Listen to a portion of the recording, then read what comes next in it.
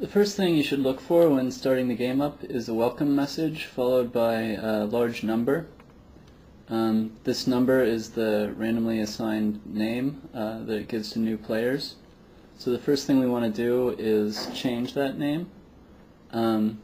If for some reason you don't see the welcome message, that means that the server isn't running. That's probably what it means.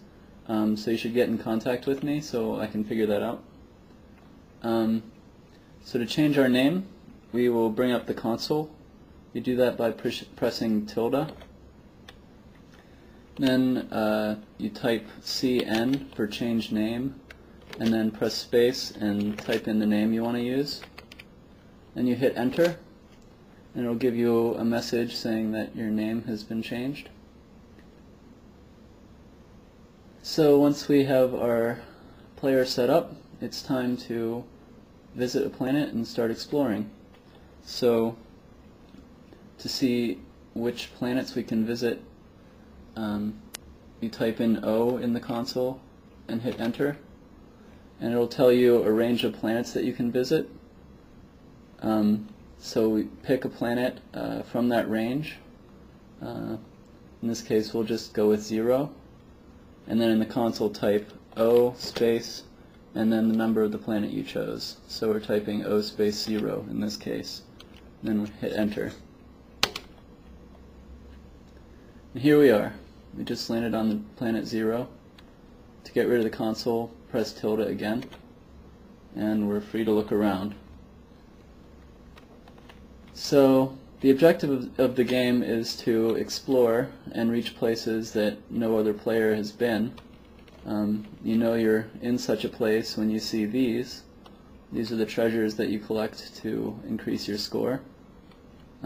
When you run over them, you see little messages saying how your score has increased. As these treasures get older, they become more valuable, so the harder to reach ones are worth more when someone finally finds them. Not all of the treasures are easy to find though. Some of them can be pretty out of the way, and you need to get items to help you get there. Here is a very early enemy. Obviously he's just using placeholder graphics, and he's not very dangerous, but you can kill him if you want. You can do that by clicking the left or right mouse button, and it shoots our ray that we have equipped by default. So right now we can only jump one block high. In case you didn't figure it out, you move with W, S, A, and D, and you jump with space, or you can also use the arrow keys and control to jump. So since we can only jump one block high, we can't get up walls like this without finding a way around. So what we want to look for first are some power-ups so we can get around a little better. There's one down there. So this is the rocket power-up. It's very useful. You can walk over it to pick it up, and then you get a message saying that it found the rocket. The 1 means that it's at level 1. As you collect more of the same type of power-up, it increases the level, and that can have different effects. So to equip the rocket, we press 2, which is the number associated with the rocket, and then we get a message saying that it's going to equip the rocket. And then we right-click or left-click depending upon which button we want to use for the rocket. Then over at the left, there's an indicator saying that the left mouse button is bound to rockets. So now when we left-click, we get these nice explosions.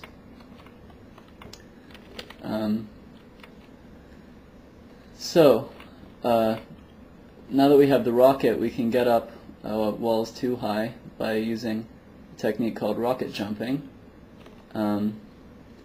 And to do that, you fire the rocket and jump at the same time. You fire it at your feet so the explosion is hitting on the ground and pushing you upwards. This doesn't hurt you, so you don't have to worry about doing it a lot. It can just be really helpful for getting around. Here's another power-up. This is the rod. So we'll pick that up, and we'll press 3 and then right-click to equip that. These can shoot right through multiple enemies. And they also move faster than the rockets, so it can be easier to hit people long range. But another fun thing you can do with them is take this wall, for example. It's 3 blocks high, and we can't jump it with normal rocket jumping.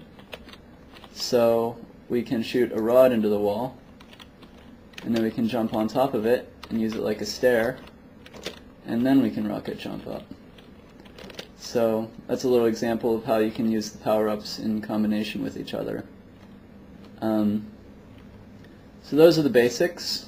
If you want to check your score against other players' scores, you can press tilde and then type in scores, hit enter, and it'll list your score for you.